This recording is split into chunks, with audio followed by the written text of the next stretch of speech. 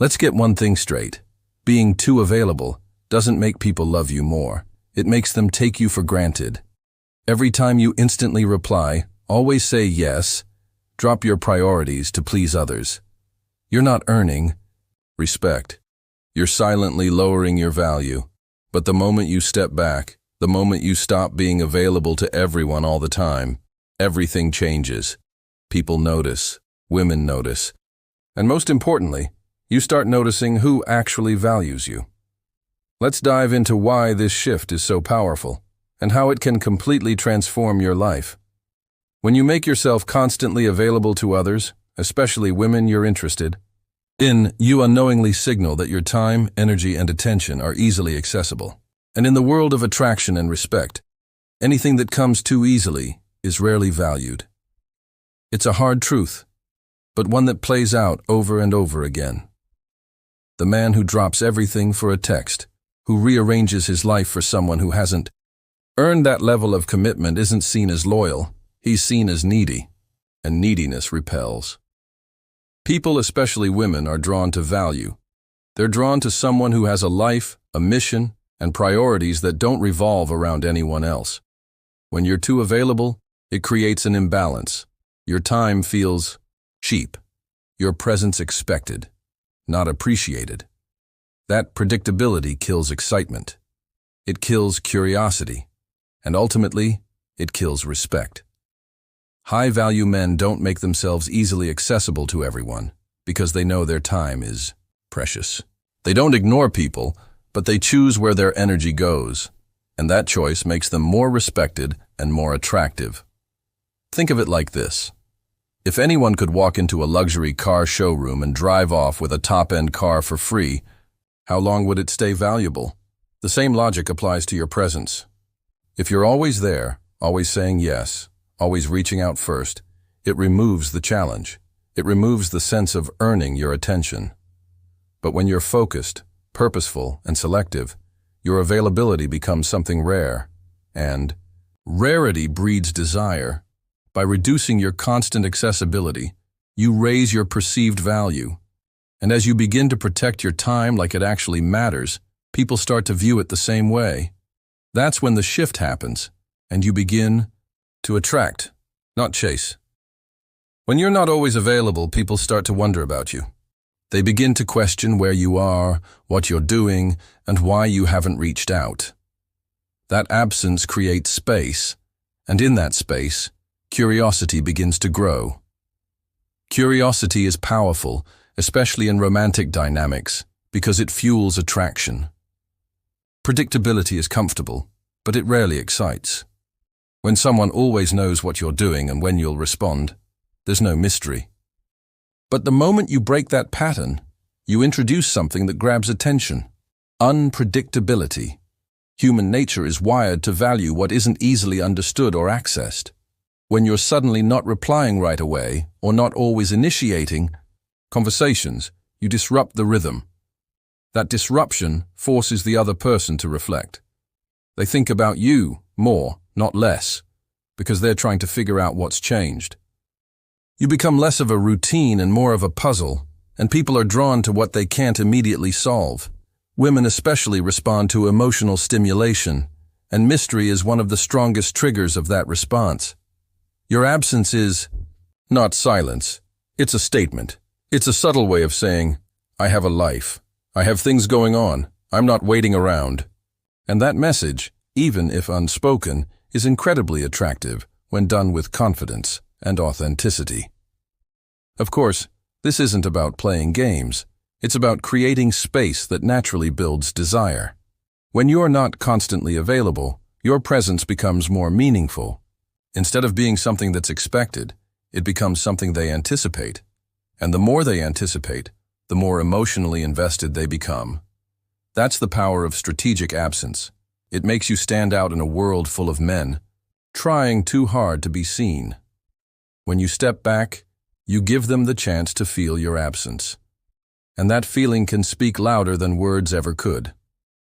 When you step back and stop making yourself constantly available, you give people, especially women, the space to truly think about you.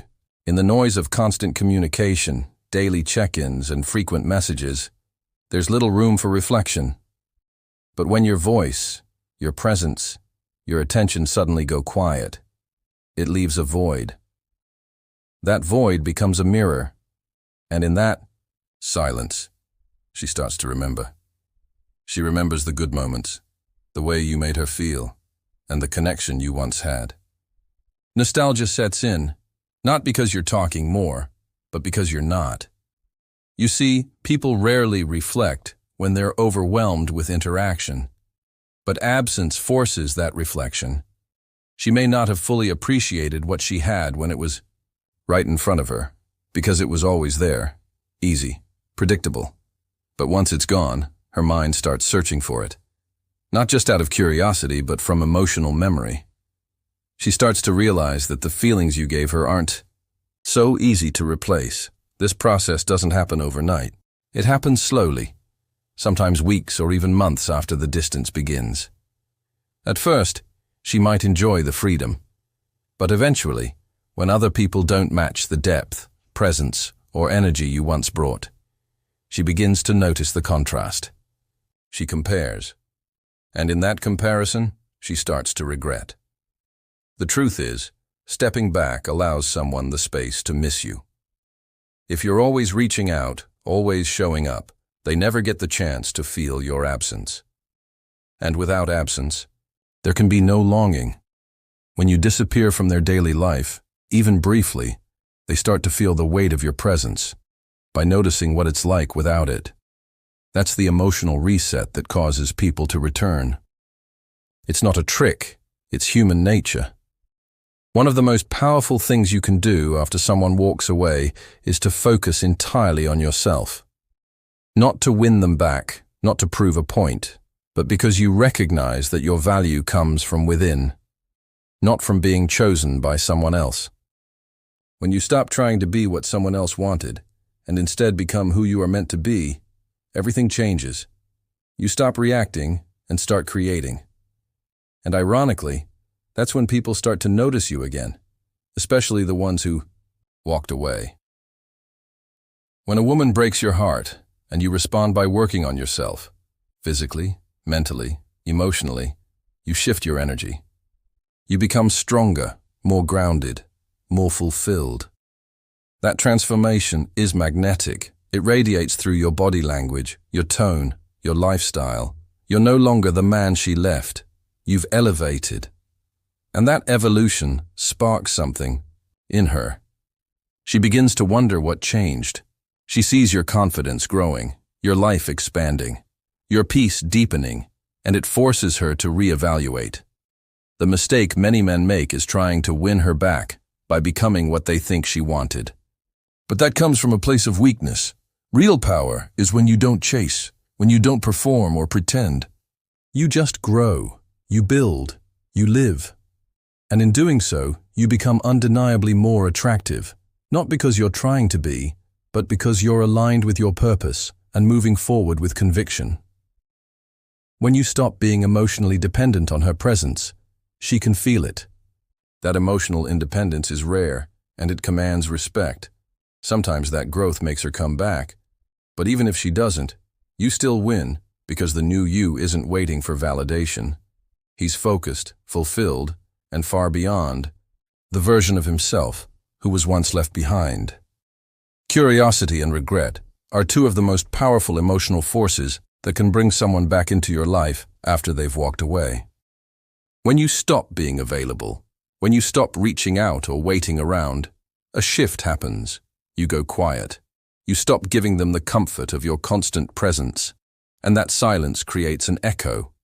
At first, they might not notice. They might assume you're still there, waiting. But when the days turn into weeks and you still haven't reached out, the doubt begins to creep in. That's when curiosity kicks in. She starts to wonder, why hasn't he called? Is he seeing someone else? Has he moved on? That curiosity starts small, but it grows, especially if she's watching your life from a distance and sees you leveling up. Maybe she sees you looking better, achieving more, laughing, living, not chasing. That kind of progress doesn't go unnoticed.